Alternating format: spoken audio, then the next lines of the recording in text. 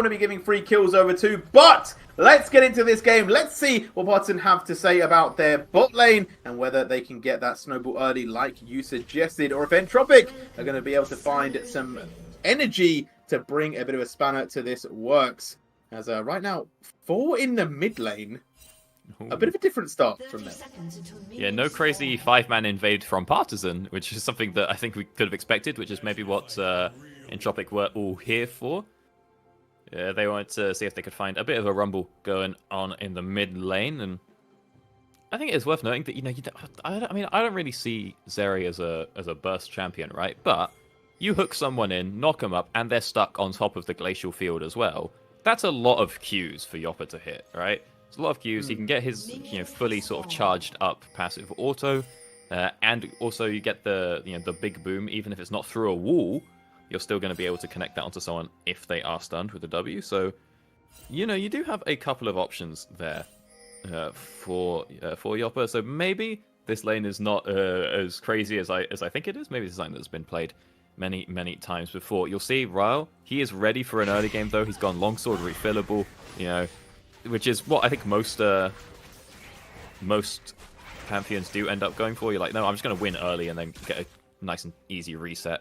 And finally, Zizchi has actually started over on his chickens because he knows the threat of a Lilia coming over and clearing code is a bit too much. As you know, I haven't seen this path in a while. The one where you just ignore your red for as long as possible to get your camps, well, not as long as possible. You just save it for third instead of first, but that makes your chickens and Krugs spawn faster, getting you more XP because you can sort of clear them again faster.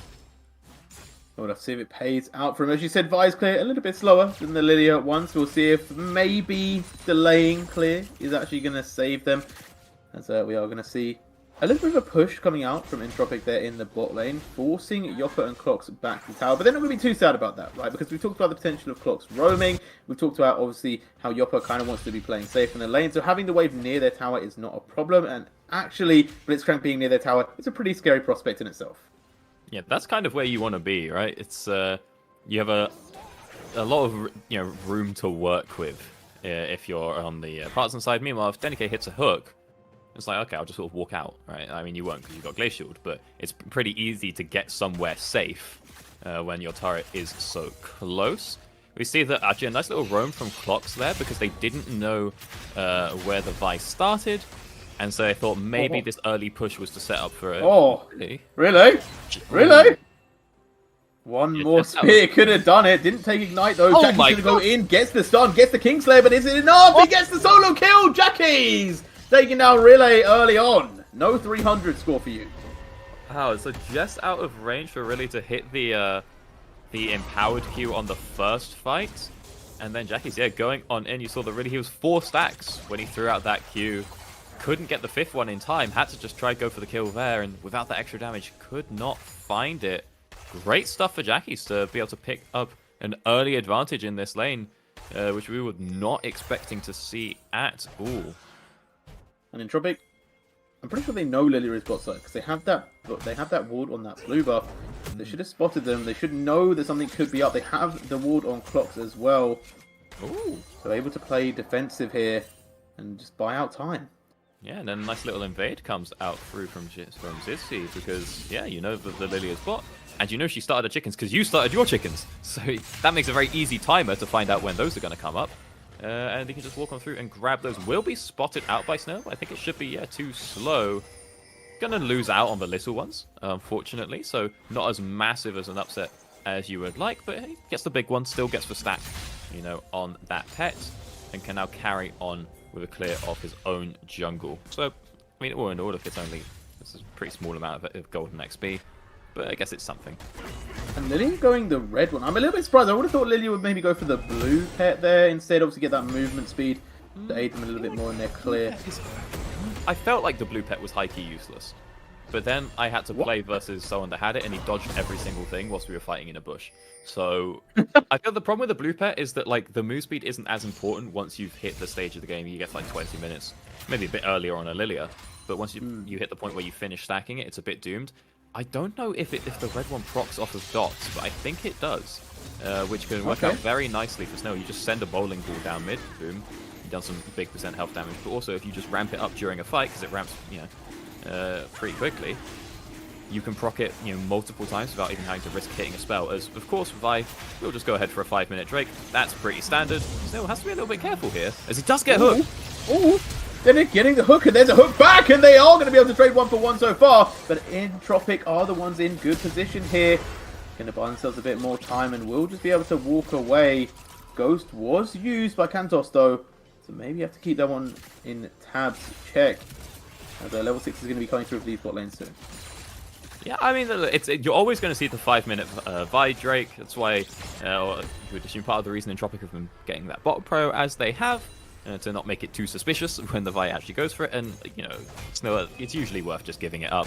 It's too hard to contest into that one. It does end up being 1-for-1, and, the kill goes over to Yopper, which is where you want the kills on the Partizan side. But at the same time, this is now a 2-0 Silas, who now has a Pantheon ult if he wants to go and make some roams.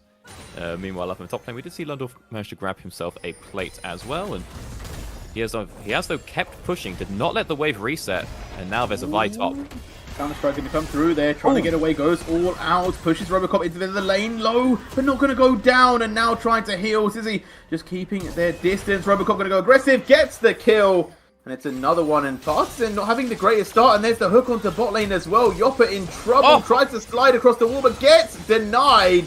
And another kill to the Jinx, and it is not done yet, ladies and gentlemen. Jackie's trying to get away, but will go down to Snille. Finally, a good look for Partisans, but it's going all the way of Entropiq in this final game. Yeah, action across the board. 2-for-1 in favor of Entropiq. They'll get themselves the kill, not only up on top, but down bot, as well as Yopper left alone down bot lane, because Clocks was busy roaming mid to get that kill. Difference is, I believe, CS was denied from Yopper down bot, as well as losing out his flash, whereas really all that happened for Jackie's is, okay, he gets shut down, right? Loses his stacks, but in terms of XP being handed over, bit of an advantage for Entropiq there, and that's ignoring the fact that they got the kill up in the top lane as well in that counter matchup. So this is looking like a strong start for them, most definitely. Clock's now looking to try and find a hook onto one of these guys. Flash available for Zissy, so you'd want to try and find the threat if you could. Now Yopper has to just slide on out. And Yopper really far behind Kantos in this game. Down 20 CS, even in kills. But it's feeling like Kantos is very, very far ahead in this matchup. Winning the trades 1v1 as well. I mean, you can see that Kantos is getting pretty close to just finishing the Mythic, has all the components, and hasn't wasted any money on foolish things like boots. Just to flex a little bit, still has all 3 pots and only used 1 biscuit. So in a pretty happy spot down in the bot lane. Meanwhile, Yopper just picking up like a longsword. I think he just had the extra gold for it. It's like, I'll turn this into a PD at some point. Really going to delay the Mythic. And this is, oh no, he could be going for shield bow, right? That one builds up a longsword. I'll take it all back. But it's still much further behind his Mythic than Kantos is. The ult finds his way up mid lane. In case there was a dive, there's 3 people will guarantee a plate in the mid lane. And we talked about how, okay, Partizan probably need to get a bit of an early game snowball. They picked Pantheon, potentially go aggressive. They're not the ones with the lead, so this could be a little bit worrying. Clock's now going to get the grab, does pull back Kantos, and now big damage going to be able to pick that one up. Easy peasy. And I talked about calling it the hand of God, but that is exactly how easy it is for them to change this game. You see Clock's very patient with that one. You only get 1 shot to throw the hook, so you've got to make sure you hit it. Plays it nice and slow. Does end up getting the kill on Kantos, just a little bit too far up there. Trying to go to hit the turret without having the Thresh nearby. Just a bit of a sort of common mistake that you can't really afford to make. Just make sure that Denny stays around so that he can lantern you out if you need to. Lundorf goes ahead, grabs himself Demolish proc up on top before making his way down onto the Herald to help out the team. And should be able to get himself, another plate. And if he gets that second plate, it's almost like he never died. 300 gold for Robocop, 350 for Lundorf. Will ignore the 200 that Zishi got from the kill. So top lane would be relatively even if you can just go ahead and grab that second plate. And we also see that Kantos finishing up that Gale Force, really ready to make some plays now around this second Drake coming up in just 15 seconds. Oh, and the gold difference between some of these people. Evened out a little bit now in the bot lane. But if you look at jungle, Lilia quite a bit ahead actually. Even though it felt like Partisans weren't doing too well, they have actually got some decent numbers on that board. Oh, what's going on here? I mean, the thing is, yeah, so the ADs are dead even in gold, but that's the power of the boots rune. You saw that Kantos was able to just buy his mythic outright, and Yoppa just can't quite afford it. So just the raw power difference between these ADs means that, yeah, Partisan, they're not going to try and contest this one. They don't have the bot prio for it. They haven't been able to get into River to get the vision. And it means that this Drake should be going over. Snow, this is looking very reminiscent of the last time they tried to fight this Drake. Ooh, but hook doesn't land, but there it goes. The Cease and Desist, taking them pretty deep. They're now going to get slept as well. The Lullaby coming up, and Jackie's very low. Will survive for a little bit longer. Not going to go down, but it is Partisans that has won the fight. They have forced Entropiq away to see him maybe going for the steal, potentially. And Jackie's staying, still staying. Hasn't gone back yet. Not going to move in, though. Dragon is going to be taken over to the side of Partisan, and Entropiq going to have to walk away. No Dragon for them. It's impressive that Partisan were able to get that one. I mean, Zishi goes very deep with the ult, and I think he's just out of range from Jackie's being able to follow up.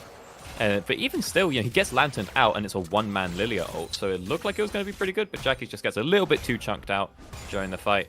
And Partisan managed to gain control of the area and pick up the Drake. Very important for them, because that one really looked like it was going on over towards Entropiq. Snilla is now managed to reset, find his way over to the top side, because he does want to drop this Herald down. Got 2 more minutes before those plates fall off, so somebody needs to be picking up that gold. It is indeed.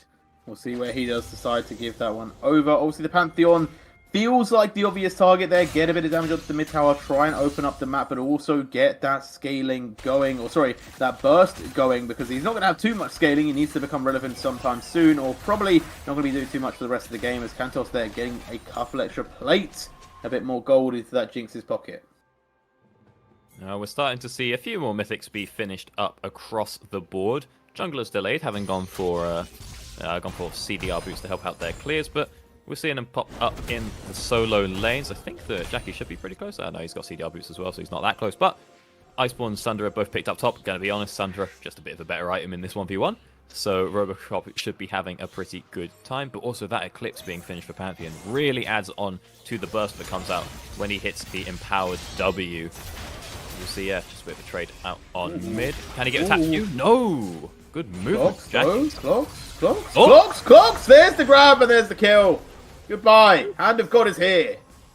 That's a 60% health instantly taken down. Ooh, we're not done.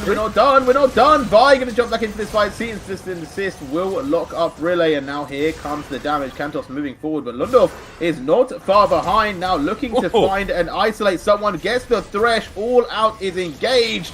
And Kantos going to be the target, trying to run away, trying to kite this one out. But the answer is goodbye. Back to base. I feel like Kantos might have been able to just sort of keep going on that. He had the Ghost on. You're on a cloud map, but I think he can sort of just run down towards that blast cone and find the way to the safety of a turret. I'm not sure, but ultimately, fight ends up going on in favor of Partisans. They can go ahead and drop down that Herald as well, grab plates on mid, but those are being traded by Robocop, who did not make his way down to the fight. And I think he just got 4 plates in one push. So we run a little bit of numbers, and that's 700 gold, basically 2 kills picked up for Robocop up in that top lane whilst Lundorf was roaming. So that's really going to help out when it comes to his split push. As he's basically, the turret should now be finished. Lundorf doesn't want to stick around. Talking about Jax, it's being a big problem in this game, especially if he can start split pushing. And we talked about how Fiora was a big problem for the Partisans yesterday from the side of Rad. So split push maybe not a good style for Partisans to play against, but right now Clocks in the mixer here. Yoppa going to be going aggressive. Lightning Crash has gone down. Jinx going to fall again. And Kantos, 3 deaths early on. Not exactly where you want to find yourself, especially when it started off relatively okay, you know. Getting that early kill, getting the power spike advantage of having your Gale Force and everything. Didn't really manage to find a way to convert it for the rest of... Oh, hang about Pantheon. Oh, they are ready to fight for this one. Clocks once again in the mix. So we talked about the roaming, we talked about the potential plays, and they are finding themselves many. Partizan getting more and more kills. Jackie's takes Nile across the wall there to get away. As Robocop now finding Yoppo doing big damage and might just go for the kill straight away. He's going to be put to sleep though. Counter-strike to buy a bit of time away from Stille, but gets bolt ahead. Does he have the damage? Is Relay coming through? Stun will land. The spear gonna go slightly wide. Robocop, nah, you're gonna get slapped up there by Lilia. Goodbye. Good attempt, but did manage to take down Yoppa in that fight as the fighting does not end. Lundorf now in the mid lane, gonna be knocked up by the Vi, trying to get themselves out of this situation, but it's tricky. A lot of CC, a lot of damage, and Jinx will finally pick up a kill for themselves. Well, I'll say I like the play from Robocop because the Counter-Strike made it so he didn't actually take any damage from the Lullaby. Because he didn't get woken up. He just sort of woke up naturally after a good 6 hours. So he didn't take the extra true damage on that one, but he does still end up going down. And I want to say, Clocks has finished his Everfrost. So that's what we're seeing come out from this Blitzcrank. He wants to make sure that they have enough lockdown to take out Robocop's Sissy, and even Jackie's as well, because by having the Everfrost, you're going to root him for that extra second and a half, which will stop him from being able to cast Kingslayer, because it is a dash. So he won't be able to get his healer, and that is going to do pretty heavy. And do a couple of wonders to be able to make sure that they can get that kill if they manage to find a hook onto the mid laner. As now another Drake has spawned. And again, Entropiq do seem to have the early control, a lot of vision in and around the river, but they're not moving over to it quite just yet. They want Robocop to threaten a turret instead. Partizan able to get a bit of space for themselves, however Robocop pushing on this side lane, once again causing problems. We'll get another tower, and slightly behind pace, going to get there a little bit late, and it looks like going to fight straight away. We'll have to get tabs on that one in a second of how that's going, as Entropiq defending their mid tower. Robocop taking chunks out of Lundorf and taking nothing back. Alright, he's doing pretty well for himself over on this Jax. I mean, already grabbed himself 2 turrets. However, again, the cost of this was bot river control. And so no one's going for the Drake quite just yet. Now the trade back, because the control was given over to Partizan, Yoppa will be able to exchange the turret for mid tower, and mid turret arguably in many ways better to have than the bot turret. So you're okay with that trade because it also, you keep that mid lane control, you keep the river control, you turn it on into a Drake. So second dragon now picked up for Partizan. And again, one of the reasons that you want to play Vi is so that you can funnel these early Drakes. So that is pretty unfortunate for Entropiq. They haven't been able to do so as all. Ooh, Vi going aggressive onto this area. Yoppa going to be stunned up here, taking a lot of damage for free here. It's Stille also in the mixer with Jackie's going low, but not going to go down just yet. Does finally fall, and Kantos able to drop some more damage from the backline. Very safe with this extended range with these rockets. And Herald now going to be used as well. They will open up their own mid lane. It is another fight the Partizans were not able to win. Entropiq, they look a little bit scrappy on these skirmishy plays, but when they come as a 5, they have been able to make things work. Yeah, sometimes you do just press the Vi ult, get a kill, and call it a day. As they manage to now drop down the Herald, gets 2 extra turrets, and clearing out the jungle just a little bit to try and continue their advantage, which means they now find themselves 2,000 gold ahead of Partizan. Not the situation that we saw them in just yesterday.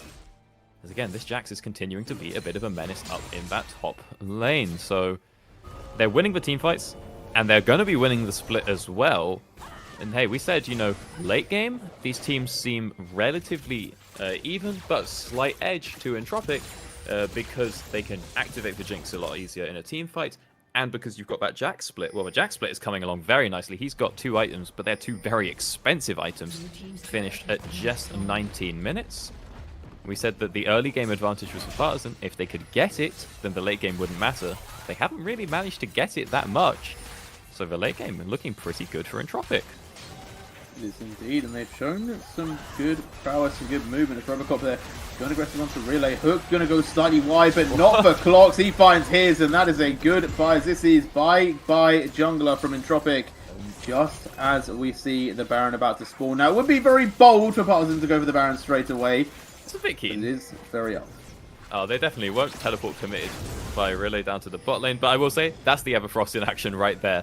You're saying, Zishi, why didn't you take the lantern? Why didn't you take the lantern? Just couldn't. It was very much Everfrosted. And I like that, actually. It's a combo I didn't think about, because the thing is, you can kind of take the lantern during the auto wind-up for the Blitzcrank knockup.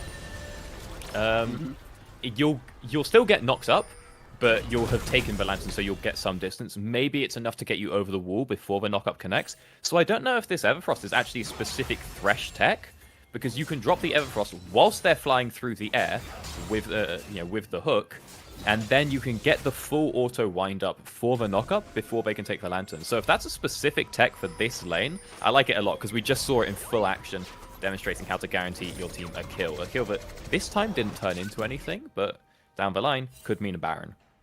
The hooks, the knock-up, the Hand of God, whatever you want to call it, it's working. Blitzcrank has been showing up big in EMEA Masters, and I love seeing it, to be honest. I quite like it. I think that it's a fun addition to rosters, and I'm here for it. Very much like you want to see more Rel, I want to see some more Blitzcrank. Alright, I mean, well, the thing is, usually, and this is how we saw it yesterday, right, from GK, usually you see it versus Zeri lanes. You see it versus Zeri because you see it versus Enchanters. This time we're playing it with the Zeri. Usually, you hook for Zeri, you can hook her to somewhere not near a wall, or you just hook for Lulu. If you hook her with the Yuumi on her, it's a 2-for-1. Alright, so you're usually trying to play it into an Enchanter, not play it instead of an Enchanter, but it's working out relatively well for Clocks in this game. Hooks be landing, kills be handing.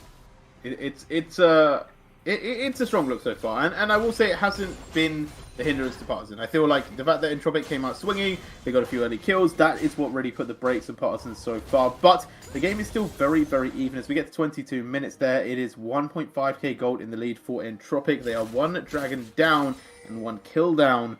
But all I can say is this game is very close. But they are the ones that are scaling, so should feel pretty comfortable. If you're an Entropiq fan, this is a good position to be in. Very much so. Again, we're always just going to want to keep our eyes on Robocop. That's going to be the main threat, I think, for Entropiq right now, as well, he does find himself over to a team fight. But I think what the plan is here is that he just comes down, helps get a bit of control of River. Maybe I mean, the Drake's spawning so soon that he'll just be here for the fight, and then if they win it, he can go split bot whilst the team turns it into a Baron, as Zishi goes in and takes the ult. Is going to be flashed into the team. Going to have to flash themselves away. Doesn't want to be in the mixer of this squad. As Yoppa going to flash over the wall themselves to escape from Robocop.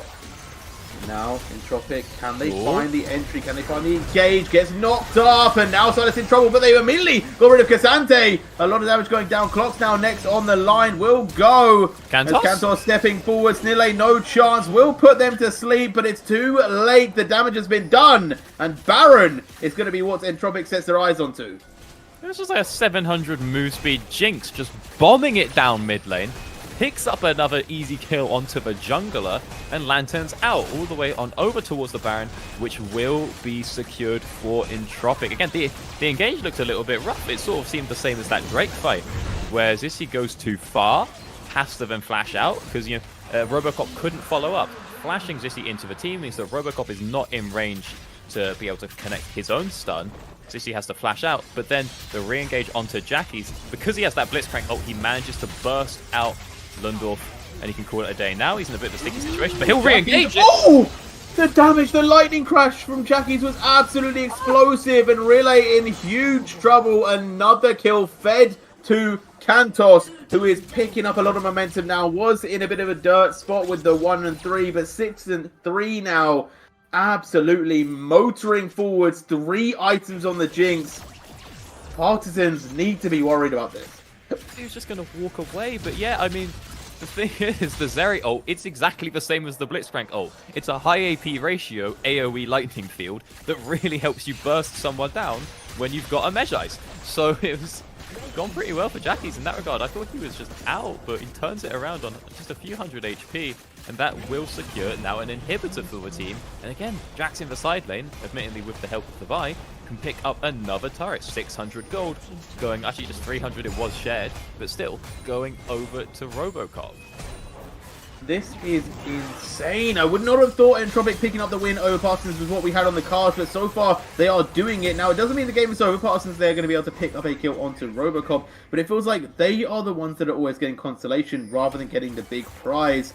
And Entropiq have found so many games in the recent times. They've managed to get towers, they've managed to get Baron, they've managed to get teamfight wins. It is all stacking up in their favor.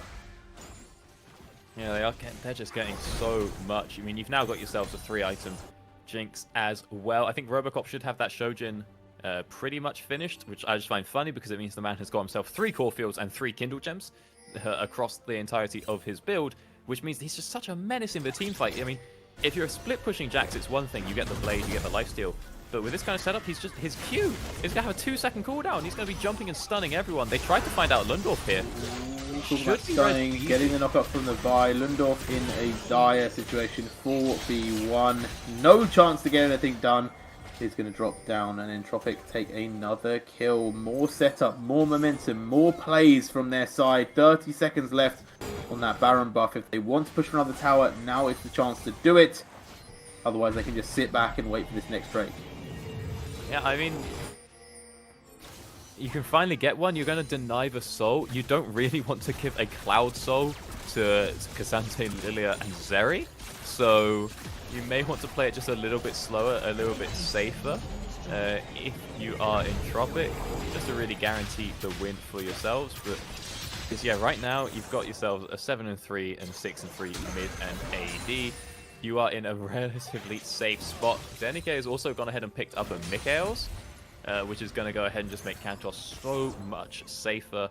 You know, it means he can play absolutely crazy and not have to worry about the Lilia sleep. The only issue would then be that Denike has to make sure he's not slept as well, because, you know, if you both have the I don't even remember what it's called, the dust on you, you're not going to be able to put the Mikaels onto your ADC. So Denike is going to have to play a little bit further back in these fights. Can't really be an engaged threat, but that's what Zishi is for, and Jackies will be able to follow up on that as well, allowing a very supportive Thresh playstyle to come through. If Clocks had landed that, that would have been madness. I don't think anyone would have died, by the way. I do think Zishi would have just been able to get away, but it would have looked pretty cool. It would have been a bit of a scary moment. As He's right just trying now. He's just sending him. Partizan just throwing random hooks to see what happens. Back. Can he get another one? They hold. I mean, I think he doesn't even want to hook Zissis or Jackies at this point. Oh, I think if he hooks Zissi just ults Yoppa and Jackies just flashes in and we call it a day. Because Jackies once again has the Blitzcrank ult, which is just, it's so much damage on a Silas. I think it's something like a 70 or 80% AP ratio on that ability, so definitely very strong. Stille going with the double sleep there. There's the claim for Kantos, going to be able to dodge it away. Jack, though, not the same. Robocop going pretty low as now. Yoppa able to get quite a bit of damage down. Zissi's going to have to move back as Relay going forward in the middle of the fight, but Kantos getting the kite going. Able to keep huge distance between them and the team as their Jackies goes in with a minute goal. Able to get a lot of damage down, but is it going to be enough? Right now, Yoppa picks up one, but has to potentially walk away, although goes in and gets the shutdown on to the Jinx. Jackies, the next target in their scope, and Cassante is holding them off. Lundorf trying their best, but it's only so long before Jackies gets through, and Lundorf goes low. Jackie stepping forward, gets one, gets two. Can he get three? Yoppa able to escape, but TP, is he going for the kill? Is he going for the end? Which will it be? He goes straight to the Nexus Towers. Does he have the damage? Can he do this? Yoppa still hasn't managed to finish the recall. It finally comes on through. Yaki's trying to find him out. Oh, the burst. My God. Saves the day. Yoppa with a... I want to see the gold right now quickly, because I'm pretty sure Yoppa got 2,800 in shutdowns in that fight. He might have. Was it a full 1k on Kantos? It was a full 1k. Oh, my days. In that case, yeah, it was definitely 1k on Jackie's. 1k, so 2k in total. Pick up a little bit extra as well. Wow, what a crazy fight. I mean, such a good job of Lundorf was able to peel off for Yoppa there. What I didn't realize is that the Mikaels actually cleanses the drowsy, not the sleep. It just cleanses the first part. So that means that Kantos doesn't have to run back at all. He can, well, he was kiting back, but he can still continue to play the fight very maxed out. You see that, yeah, he's now even with Kantos. After getting all that, you think just how ahead Kantos was in this game. Now the Baron's being started up. Zissy is here, does have his ult. Will he be able to get in the pit? No, he will not. They take the Baron, and now Zissy's going aggressive. Here comes Pantheon, though, going to be diving down, but Jinx already unloading loads of damage. Robocop, though, has fallen to Yopper, and Yopper now even starts stepping forward. Kantos super low, has to just keep running, and now gets griefed! He gets griefed! Well, he's going to go down, and Yaki's trying to hold the line, but does he have the damage? We've seen this fight before. Going to have to jump over the wall, gets taken out. And now Zissy's stepping forward, but you're a Vi. You're not going to be dealing that deep damage that you need to carry this team fight. Yopper very strong, and actually, Partisans, from going to almost losing the game to winning a team fight with Baron moving forward, can they put pressure on the base of the side of Entropiq?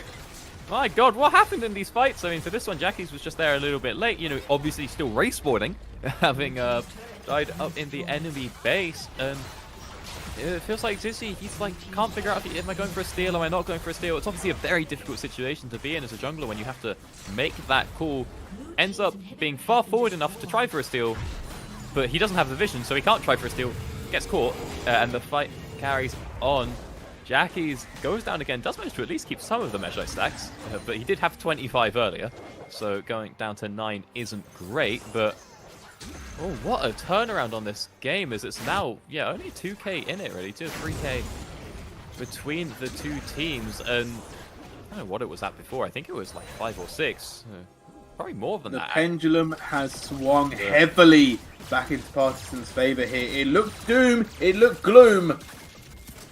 Entropiq were very far ahead. They were staring down the Nexus. Jackie was on the Nexus tower to destroy one, looking for the second. And now they open up an in-hit. Partisans on a huge comeback. The likes that we haven't seen so far in the EMEA Masters. As Zissy is going to go down. Ults for particularly no reason, to be honest. And Yopper cleaning another one up. He's just trying to do something, trying to buy some time, see if he can maybe turn it with his shield or something like that. But it's not going to happen.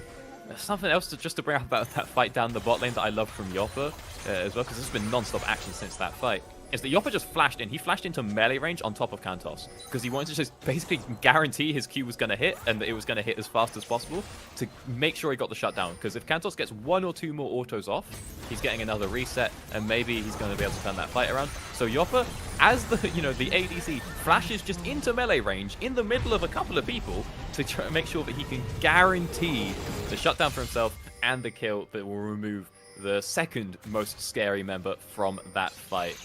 And I respect that a lot. That's a man who knows that this is the last fight of the game, and he has to commit to it. Commit, he did. Win, he did. But is Partizan going to be able to take themselves over the line to victory? Can they go 6-0 in this game? We'll have to find out shortly. The stakes on this rift are getting higher, though. Each team fight could lead to the game ending if certain members are left alive. And the split push has gone back for Robocop. They're looking to just keep this steady. Although I do think the 4v4 may still go to Partisans. Yeah, I mean, Partisans now have 6 items on the Zeri. 100% crit chance coming through. That is a little bit terrifying. Even going as far as to pick up the Hurricane. And, when you've got Cassandra, Blitz, Pantheon versus Silas and Jax, you're going to be pretty happy with that. You're going to be able to get all of those bolts off on every single Q. So you can be pretty keen on that. It does seem that the snowball for Robocop has slowed down a fair bit. He was at 2 items at 20 minutes. He's now at 3 items at 33. I think he might have the GA banked, which could be what we're seeing here. If he wants to go ahead and grab that one. Hence the recall. Was it? No, he just sort of recalled for funsies, maybe to get a pot. I'm not quite so sure. But he wants to make sure that he has a ward in his inventory to ward top. That's why he's not picking up, like a BF sword or wants just get Elixir of Iron. Doesn't want a BF sword, doesn't want a chain vest. Wants to be able to guarantee a ward top because he is here to join the fight. So if we can have a little look, but that man has got just an obscene amount of ability haste. A 2-second cooldown on his Q, basically permanent uptime on his E. Absolute menace in the fight if he can get on top of Yopper. 4 seconds until Dragon. It is spawned now.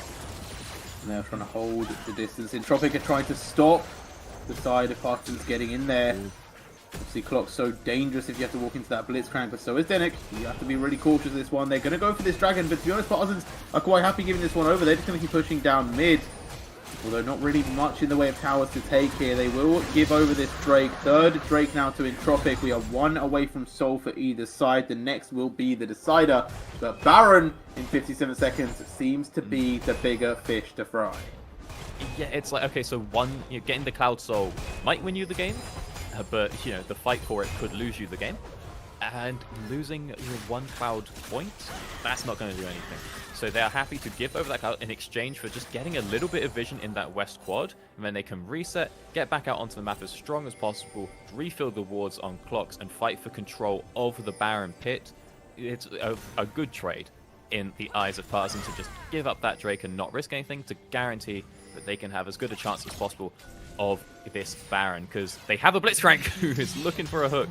Does not quite connect it, but the thing for Blitzcrank, you need vision control around the Baron, so you can look for those hooks. And the Blitzcrank is not very good at getting that control, so you have to make these kinds of trades so that Clocks can, again, look for a hook. He does have Flash. Flash hook coming out from the Blitzcrank could end this game if it hits the right target. Ooh. Even just blowing the Flash for Flash with Kantos could be it. As London pops his Ghost. Looking for them. There is the entry from Relay. Not going to be able to catch out anyone. So we'll give a bit of position to Partizan, though they are now able to take the space and go towards the Baron. Entropiq moving forwards down mid lane. They're basically saying, you know what, we're going to quite happily give this one over. Although I don't know if they should. The Baron is being started. There's the Rocket. It's going to spot them out. 8,000 on this Baron.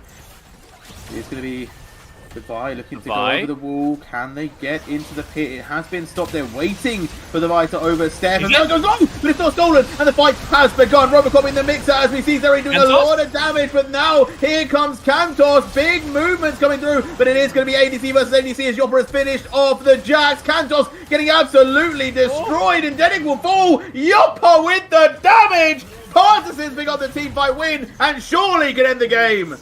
Kantos got gapped by Zhonya's.